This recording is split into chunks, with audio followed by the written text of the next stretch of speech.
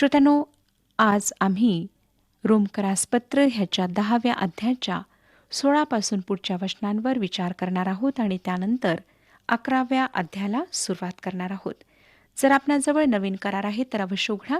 रोमकरासपत्र 10वा अध्याय. बरेचसे श्रोतागण आम्हाला लिहून पाठवतात की त्यांनी आमच्या कार्यक्रमाद्वारे येशू ख्रिस्ताचा तारणारा म्हणून स्वीकार केला, परंतु तुलनात्मक रीतीने पाहता अशा लोकांची संख्या फार कमी आहे, अधिक नाही. श्रोत्यानो, सत्य स्वीकारणारे फार कमी लोक आहेत. 16वं वचन सांगतं, तथापि सुवार्ता सर्वांना मान्य झाली असे नाही. यशाया म्हणतो, हे प्रभू, आम्ही ऐकलेल्या वार्तेवर कोणी विश्वास ठेवला आहे? ही गोष्ट ह्या संपूर्ण युगामध्ये आम्हाला खरी ठरलेली दिसते.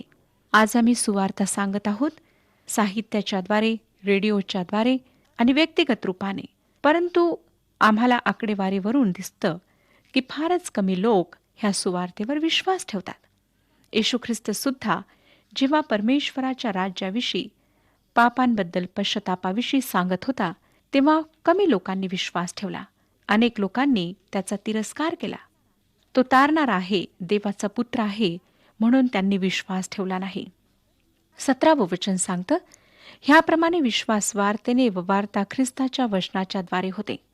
हे फार महत्वाचे आहे श्रोत्यानो. विश्वास तत्वज्ञान किंवा मानसशास्त्राचा किंवा राजकारणातील काही गोष्टींचा प्रचार करून येत नाही, परंतु देवाच्या वचनाचा प्रचार करण्याद्वारे येतो. जोपर्यंत आपण देवाचे पवित्र वचन ऐकणार नाही, तोपर्यंत आपले तारण होणार नाही. 18वं वचन पुढे, पण मी विचारतो, त्यांनी ऐकले नव्हते काय? हो, खरोखर ऐकले होते. त्याचा नाद सर्व पृथ्वीवर व त्यांचे शब्द दिगंतरी पोहोचले. रेडिओ पवित्र वचन लोकांपर्यंत पोहोचवण्याचे एक फार उत्तम आणि प्रभावी असे साधन आहे. अनेक श्रोत्यांची आम्हाला पत्र येतात आणि त्या पत्रांचे उत्तर आम्ही त्यांना पाठवतो, परंतु तरी सुद्धा आम्हाला दिसतं श्रोत्यानो, अनेक लोक देवाचे वचन ऐकतात, परंतु विश्वास ठेवणारे कमी आहेत. अनेक लोक ऐकून न ऐकल्यासारखे करतात. अनेक लोक ऐकून त्याकडे दुर्लक्ष करतात. त्यांना असं वाटतं की हे वचन आमच्याकरिता नाही, ख्रिस्ती लोकांकरिता आहे, आणि म्हणून ते विश्वास ठेवत नाहीत. परंतु हे वचन आम्हाला सांगतं, त्याचा नाद सर्व पृथ्वीवर व त्याचे शब्द दिगंतरी पोहोचले. आज जागोजागी परमेश्वराचे वचन पोहोचत आहे. परमेश्वराचे वचन पृथ्वीच्या सर्व टोकांपर्यंत प्रसारित होत आहे, परंतु आम्हाला माहीत नाही, देवाला माहीत आहे किती लोक तारण पावतील. 19वं वचन, आणखी मी विचारतो की इस्रायलाला कळले नव्हते काय? प्रथम मोशे म्हणतो, जे राष्ट्र नव्हे त्याच्या योगे मी तुम्हाला ईर्षेस पेटवीन, एका मूळ राष्ट्राच्या योगे मी तुम्हाला चीड आणीन. पॉल अनुवादाचे पुस्तक 32वा अध्याय आणि 21व्या वचनामधून हे सांगत आहे. परमेश्वर अन्य जातीयांमधून लोकांना बोलावित आहे. ह्या विचाराला तो पुढच्या अध्यायात अधिक विस्तृतपणे सांगेल. आता 20वं वचन पहा, आणि यशया फार धीट होऊन म्हणतो, जे माझा शोध करीत नसत त्यांना मी पावलो, जे विचारित नसत त्यांना मी प्रगट झालो. पॉल हे वाक्य यशयाचे पुस्तक 65 अध्याय आणि पहिल्या वचनामधून सांगत आहे. यशयाचे पुस्तक 65 अध्याय आणि पहिले वचन. यशयाने सुद्धा अन्य जातीय लोकांच्या तारणाचे भाकीत केले होते. अन्य जातीय जे अंधकारात होते ते येशू ख्रिस्ताला शोधित होते. ज्या इस्रायलांजवळ जुना करार होता ते ह्याविषयी काय कारण सांगू शकले? त्यांच्याजवळ काहीच कारण नव्हते.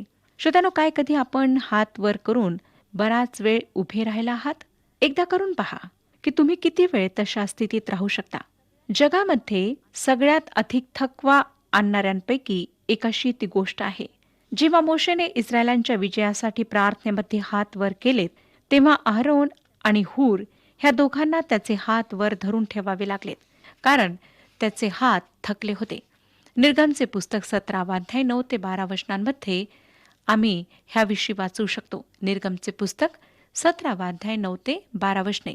परंतु परमेश्वर यशयाचे पुस्तक 65 अध्याय आणि 2ऱ्या वचनात म्हणतो, यशयाचे पुस्तक 65 अध्याय आणि 2रे वचन, परंतु माझ्या लोकांचे स्वागत करण्यासाठी सारा दिवस मी माझे बाहू पसरून राहिलो, तरी त्यांनी बंड केले आहे. श्रोत्यानो, कोणालाच माहीत नाही की परमेश्वराची इस्रायल राष्ट्रावर किती मोठ्या प्रमाणात कृपा झाली. प्रेषितांची कृत्ये 7वा अध्याय 51 ते 53 वचनांमध्ये स्तेफनाने ह्या राष्ट्राला संबोधून जे शब्द उच्चारलेत ते ह्याचे दर्शक आहेत. वाचूया श्रोत्यानो, प्रेषितांची कृत्ये 7वा अध्याय 51 ते 53 वचने. अहो ताठ मानेच्या आणि हृदयाची व कानाची सुंतानं झालेल्या लोकांनो, तुम्ही तर पवित्र आत्म्याला सर्वदा विरोध करिता, जसे तुमचे पूर्वज तसेच तुम्हीही, ज्याचा पाठलाग तुमच्या पूर्वजांनी केला नाही, असा संदेष्टांमध्ये कोणी झाला का? ज्यांनी त्या नीतिमान पुरुषाच्या आगमनाविषयी पूर्वी सांगितले त्यांना त्यांनी जीवे मारले, आणि आता त्याला धरून देणारे व जीवे मारणारे तुम्ही निघाला आहात. अशा तुम्हाला देवदूतांच्या योगे योजिलेले नियमशास्त्र प्राप्त झाले होते, पण तुम्ही ते पाळले नाही. स्तेफनाने ह्या राष्ट्राला संबोधून जे शब्द उच्चारलेत ते ह्याचे दर्शक आहे. श्रोत्यानो, हे फक्त इस्रायलांकरिताच नाही, परंतु आम्हा सर्वांसाठी आहे. परमेश्वराने आज सुद्धा आपले हात वर केलेले आहेत. तो सहनशील, धैर्य धरणार आहे. नाहीतर आतापर्यंत आम्ही सर्व नाश पावलो असतो. पुढे वचन काय सांगतं पहा, 19 आणि 20 वचने. आणखी मी विचारतो की इस्रायलाला कळले नव्हते काय? प्रथम मोशे म्हणतो, जे राष्ट्र नव्हे त्याच्या योगे मी तुम्हाला ईर्षेस पेटवीन, एका मूढ राष्ट्राच्या योगे मी तुम्हाला चीड आणेन. आणि यशया फार धीट होऊन म्हणतो, ते माझा शोध करीत नसत त्यांना मी पावलो, जे विचारित नसत त्यांना मी प्रकट झालो. पण इस्रायलाविषयी तो म्हणतो, आज्ञा मोडणाऱ्या व उलटून बोलणाऱ्या लोकांकडे मी सारा दिवस आपले हात पसरले आहेत. श्रोत्यानो, ह्या वचनावर गंभीरपणे विचार करा. मी ही वचने 2दा आपणाकरिता वाचलेली आहेत, जेणेकरून आपण ह्यातील प्रत्येक शब्दावर विचार करावा. परमेश्वर आज सुद्धा तितकाच प्रेमळ आहे. त्याची कृपा आज सुद्धा प्रत्येक मानवाकरिता उपलब्ध आहे. परंतु श्रोत्यानो, आम्ही ताठ मानेचे आहोत, आम्ही कठोर आहोत, आम्ही देवाच्या त्या मधुर वाणीकडे लक्ष लावित नाही. आता आपण 11व्या अध्यायाकडे वळूया. इस्रायलांमधून शेष राहिलेले तारणाच्या शोधात, शेष राहिलेल्यांचा आंधळेपणा, इस्रायल राष्ट्राला अलग करण्यामागचे कारण, इस्रायल राष्ट्राची पुनर्स्थापना ह्यामध्ये आम्हाला आढळते. आपण पाहणार आहोत की देवाचा भविष्यात इस्रायल राष्ट्राविषयी एक उद्देश आहे. 9व्या अध्यायात आपण परमेश्वराचा भूतकाळात इस्रायलांशी जो व्यवहार होता तो पाहिला. 10व्या अध्यायात वर्तमान काळातील व्यवहार आपण पाहिला. इस्रायलमधील शेष राहिलेले तारणाचा शोध करीत आहेत. कदाचित आपण असं म्हणाल, ठीक आहे, तर मग शेष लोक फार कमी असतील. श्रोत्यांनो, आपण विचार करू शकणार नाही इतके अधिक ते आहेत. असा हिशोब लावण्यात आला आहे की जगात 150 लाख यहुदी लोक आहेत आणि विश्वासणारे जे आहेत त्यांची शेकडेवारी बहुतेक अन्य जातीच्या समुदायापेक्षा बरीच अधिक असेल. आम्ही पाहिले की राष्ट्राने येशू ख्रिस्ताला धिक्कारले आणि ख्रिस्तावरील विश्वासाद्वारे देवाचे नीतिमत्व जे त्यांना देव करण्यात आले होते ते त्यांनी झुगारून लावले. आता परमेश्वराने त्यांना एका राष्ट्राच्या रूपात तात्पुरते धिक्कारले आहे. 2 प्रश्न स्वाभाविकपणे उद्भवतात. काय परमेश्वराने त्यांना राष्ट्राच्या रूपात पूर्णपणे धिक्कारले? दुसऱ्या शब्दात, काय इस्रायलचे काही भविष्य आहे? दुसरा प्रश्न जो उद्भवतो तो हा की जुन्या करारातील सर्व अभिवचने इस्रायलाच्या धिक्कारात नष्ट होतात. लक्षात ठेवा श्रोत्यानो की परमेश्वराने जुन्या करारात इस्रायलांना सर्वश्रेष्ठता देऊ केली होती. त्याने म्हटले की ते राष्ट्राचे मस्तक होतील, शेपटी नाही. अनुवादाचे पुस्तक 28वा अध्याय 13वं वचन पहा. अनुवादाचे पुस्तक 28वा अध्याय 13वं वचन. तुझा देव परमेश्वर ह्याच्या ज्या ह्या आज्ञा आज मी तुला देत आहे त्या ऐकून तू काळजीपूर्वक पाळशील तर परमेश्वर तुला पुच्छ नव्हे तर मस्तक करील. तू खाली नव्हे तर वर राहशील. माझ्या प्रिय श्रोत्यानो, जुन्या करारातील सर्व अभिवचने अगदी तंतोतंत पूर्ण होतील. पॉल त्याला आता स्पष्ट करणार आहे. रोमकरास पत्र 11वा अध्याय आणि 1 वचन तो म्हणतो, तर मी विचारतो, देवाने आपल्या लोकांना टाकून दिले आहे काय? कधीच नाही. कारण मीही इस्रायली अब्रामाच्या कुळातला, बन्यामिनाच्या वंशातला आहे. कोणत्या लोकांविषयी पॉल ह्या ठिकाणी बोलत आहे? इस्रायली लोकांविषयी. पॉल फार स्पष्ट आहे. पॉल स्वतः त्याचे वर्तमान प्रमाण आहे. तो एक खरा इस्रायली होता. इब्रामाच्या कुळातला, इस्रायलाच्या 12 वंशांपैकी एका वंशातला, बन्यामिनाच्या वंशातला, 2 वंशांपैकी एका वंशातला जे इस्रायलातून कधी तुटून बाहेर पडले नाहीत. तो 100% इस्रायली होता. देवाने टाकले हे असे न हो, हे अगदी अचूक आहे अशा अर्थाने आहे. हे फार तीव्र नकारात्मक वाटते.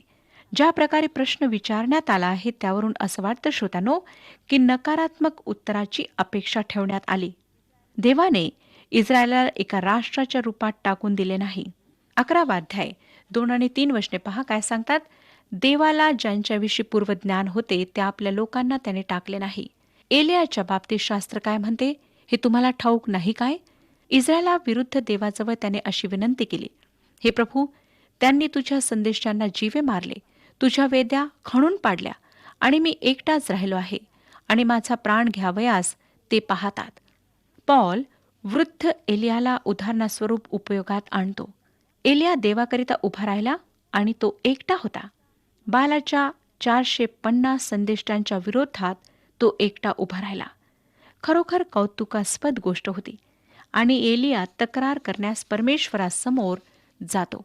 तो म्हणतो, प्रभू मी एकटाच राहिलो आहे. परमेश्वर काय म्हणतो, 1 मिनिट थांब. तुला वाटतं की तू एकटा आहेस, परंतु तू एकटा नाहीस. 4थं वचन पुढे वाचूया. परंतु त्याला देवाचे काय उत्तर मिळाले? ज्यांनी बाल देवतापुढे गुडघे टेकले नाहीत अशी 7,000 माणसे मी आपणासाठी राखून ठेवली आहेत. श्रोत्यानो, एलियाला बिलकुल कल्पना नव्हती की परमेश्वर 7,000 लोकांच्या अंतःकरणात कार्य करीत आहे. जर त्या ठिकाणी ज्यांनी बालच्या समोर गुडघे टेकले नव्हते असे 7,000 पुरुष होते, तर त्याच्या दुप्पट स्त्रिया असतील. त्यांची जर आपण टक्केवारी पाहिली तर दुप्पट स्त्रिया होत्या ज्यांनी बालच्या समोर गुडघे टेकले नव्हते. उत्तरीय राज्याकरिता अहाब आणि इजबेलच्या काळात हे शेष लोक होते. 5वं वचन, तसेच हल्लीच्या काळी सुद्धा कृपेच्या निवडीप्रमाणे शेष राहिले आहे. देवासाठी नेहमीच इस्रायलमध्ये शेष राहिले. ते शेष जे यहुदी येशू ख्रिस्ताकडे वळलेत ते आहेत. हेच कारण आहे की नंतर पॉल म्हणेल की सर्व इस्रायली नाहीत. 6वं वचन, आणि जर हे कृपेने राहिले असेल तर ते कर्मांनी नाही, नाहीतर कृपा ही कृपा होणार नाही. दुसऱ्या शब्दात कृपा आणि कार्य हे दोघांसाठी साधारण अशी एकमेव पद्धती दर्शवितात. ते पूर्णपणे एकमेकांच्या विरुद्धात आहेत. ह्या काळी जे शेष आहेत ते कर्म किंवा योग्यतेमुळे तारलेले नाहीत, ते देवाच्या कृपेने तारलेले आहेत. देवाचा भविष्यातील उद्देश त्या दिवसापासून जेव्हा पौलाने हे वर्तमान काळासाठी लिहिले त्यांच्याशी संबंधात आहे, जे ख्रिस्ताला स्वीकारतील. जे ख्रिस्ताला स्वीकारित नाहीत त्यांचे काय? ठीक, इस्रायलमध्ये उरलेल्यांचे हृदय कठोर झाले आहे. इस्रायलमधील उरलेले आंधळे झालेत. हे लक्षात घेणे फार महत्वाचे आहे की ते अपयशी झाल्यामुळे कठोर झालेत. ते अपयशी ह्यासाठी नाही झाले श्रोत्यानो की ते कठोर होते. बरेचसे लोक घोड्याच्या आधी गाडीला पुढे करतात. इतकेच नाही, परंतु बऱ्याचशा वेळेला घोड्याला गाडीत बसवतात, परंतु ती त्याची जागा नसते. 7वं वचन पहा. तर मग काय, जे मिळविण्यासाठी इस्रायल जोराचा प्रयत्न करीत आहे ते त्याला मिळाले नाही, पण निवडिलेल्या लोकांना मिळाले आणि बाकीचे कोडगे झाले. काय ते ख्रिस्ताकडे वळण्यास ह्यासाठी अपयशी ठरलेत की ते आंधळे होते? नाही श्रोत्यानो. शुभवर्तमान दुसऱ्या कोणाला जितक्या प्रमाणात उघडपणे देण्यात आले नाही तितके त्यांना देण्यात आले होते. परमेश्वराने रोमकरासपत्र 10 अध्याय आणि 21व्या वचनात काय म्हटले होते? पण इस्रायलाविषयी तो म्हणतो, आज्ञा मोडणाऱ्या व उलटून बोलणाऱ्या लोकांकडे मी सारा दिवस आपले हात पसरले आहेत. श्रोत्यानो, परमेश्वराने त्यांच्या प्रती तीच प्रीती दाखवली, तीच सहनशीलता दाखवली. देवाने त्यांच्या बाबतीत फार धैर्य धरले. आता ते आंधळे झालेत, कारण जो प्रकाश त्याने दिला तो त्यांनी स्वीकारला नाही. परमेश्वराची कृपा त्यांनी धिक्कारली, त्याचं प्रेम त्यांनी धिक्कारलं. 8वं वचन पुढे सांगतं, आजच्या दिवसापर्यंत देवाने त्यांना मंद बुद्धी, पाहता येऊ नये असे डोळे व ऐकता येऊ नये असे कान दिले. ह्या शास्त्रलेखाप्रमाणे झाले. त्यांनी अस्वीकार केला. जेव्हा कोणतीही व्यक्ती अस्वीकार करते तेव्हा देवाच्या कृपेद्वारे तिच्यापर्यंत पोहोचणे फार कठीण जाते. श्रोत्यानो, सेवेमध्ये आम्हाला हा अनुभव वारंवार येतो. अनेक वेळा आम्ही लोकांशी बोलतो, त्यांना सांगतो की तुम्ही आपल्या पापांबद्दल पश्चाताप करा, देवाच्या कृपेचा अनुभव घ्या, त्याच्या प्रेमाचा अनुभव घ्या. ख्रिस्ताच्याद्वारे त्याने तारणाचा जो मार्ग उघडलेला आहे त्याचा लाभ घ्या. परंतु लोक आमच्या म्हणण्याकडे दुर्लक्ष करतात, त्यावेळेचा फायदा घेत नाहीत. अनेक लोक अशा प्रकारे देवाच्या वचनाला धिक्कारून, येशू ख्रिस्ताला धिक्कारून ह्या जगातून निघून जातात. ही अगदी सर्वसाधारण गोष्ट आहे जी जगामध्ये आम्हाला सर्वत्र आढळते. नववचन दाविदही म्हणतो, त्यांचे मेज व त्यांना फास व सापळा, अडखळण व प्रतिफळ असे हो. हा उतारा स्तोत्रसंहिता 69 अध्याय आणि 22 वचनामधून घेतला आहे, जो म्हणतो, त्यांच्या पुढे मांडलेले ताट पाश असे हो, ते निश्चिंत असता त्यास ते जाळे असे हो. श्रोत्यानो, ताट हे मेजवानीला दर्शविते, जे भौतिक समृद्धीचे दर्शक आहे. इस्रायली लोकांकरिता एक मोठी मेजवानी देण्यात आली, ज्यात ते देवाने निमंत्रित केलेले लोक होते. त्यांनी परमेश्वराला त्यांच्या मेजवानीत बोलावले नाही, जसे मूर्तीपूजक करीत, परंतु परमेश्वराने त्यांना आमंत्रित केले. वल्हांडणाचा सण हा एक लक्षात घेण्यासारखे उदाहरण आहे. ह्या ठिकाणी जो विचार आहे तो हा, की ते गर्विष्ठपणे, आत्मविश्वासाने मेजवानीत सहभागी होत होते, जो पूर्णपणे मूर्तीपूजक होता. त्यांच्या सांसारिक सुरक्षेने त्यांना फसविले आणि त्यांची खरी आध्यात्मिकता धुळीस मिळाली. त्यांनी ज्या गोष्टी देवावर खरा भरोसा न ठेवता खाल्ल्यात, त्यावर भरोसा ठेवला आणि ते देवापासून दूर गेलेत. माझ्या प्रिय श्रोत्यानो, वर्तमान काळात बऱ्याच मंडळांच्या सभासदांची ही स्थिती आहे. ते आध्यात्मिक समज धारण करून प्रभुभोज घेत नाहीत. अनेक लोक परमेश्वराच्या वचनात जे लिहिलेलं आहे त्याकडे दुर्लक्ष करून प्रभुभोजनामध्ये सहभागी होतात. आज आम्हाला परमेश्वराच्या वचनाच्या बाबतीत फार सावधगिरी बाळगायची आहे. पुष्कळदा लोक प्रसाद म्हणून तो घेतात आणि विसरून जातात की त्याच्या मागे किती गंभीर अर्थ आहे. अनेकांना वाटतं की प्रभुभोज घेतल्यानंतर आमची सर्व पापे धुतल्या जातात, आमच्या पापांची क्षमा आम्हाला प्राप्त होते आणि म्हणून ते प्रभुभोज घेण्याकरिता अट्टाहास करतात. लक्षात ठेवा श्रोत्यानो, की जर आपण चुकीच्या रीतीने प्रभुभोज घेत असाल तर आपण स्वतःवर परमेश्वराचा न्याय ओढून घेत आहात.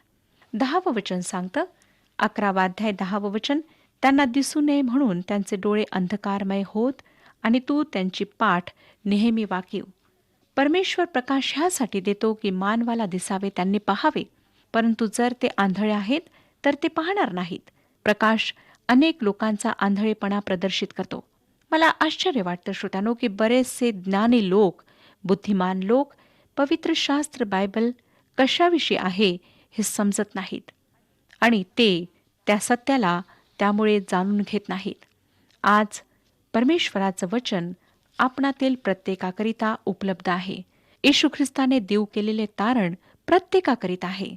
मग आपण कोणीही असा, शिक्षित असा, अशिक्षित असा, शहरात राहणारे असा, खेड्यात राहणारे असा, शेतामध्ये काम करणारे असा किंवा एखाद्या मोठ्या ऑफिसमध्ये काम करणारे असा, परमेश्वराचं वचन, परमेश्वराचे तारण जे प्रभू येशू ख्रिस्तामध्ये आहे ते प्रत्येकाकरिता आहे. आवश्यकता आहे की आपण प्रभू येशू ख्रिस्तावर तारणारा म्हणून विश्वास ठेवावा. प्रभू येशू ख्रिस्ताच्याद्वारे आपल्या पापांची क्षमा प्राप्त करून घ्यावी. त्याने वधस्तंभावर जे आपले पवित्र रक्त सांडवले त्यावर विश्वास ठेवावा.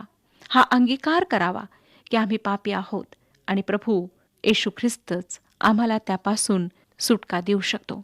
श्रोत्यानो, आज जर आपण लहानशा प्रार्थनेद्वारे प्रभू येशू ख्रिस्ताला आपल्या हृदयात प्रवेश द्याल आणि म्हणाल की प्रभू, तू माझ्या जीवनाचा स्वामी हो, तू मला माझ्या पापांपासून सुटका दे, माझ्या पापांची क्षमा कर, माझ्या पापांना धुवून काढ, तर तो तुमची प्रार्थना ऐकून तुमच्याकरिता ते करण्याकरिता तयार आहे.